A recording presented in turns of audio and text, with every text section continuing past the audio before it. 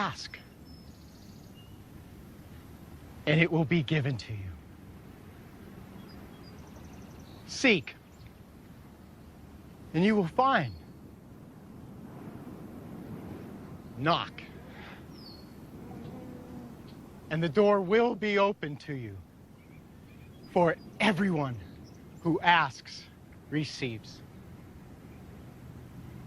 He who seeks finds. And to him who knocks, the door will be opened. Which of you, if his son asks for bread, will give him a stone? Or if he asks for a fish, will give him a snake? If you then, though you are evil, know how to give good gifts to your children, how much more will your Father in heaven give good gifts to those who ask him?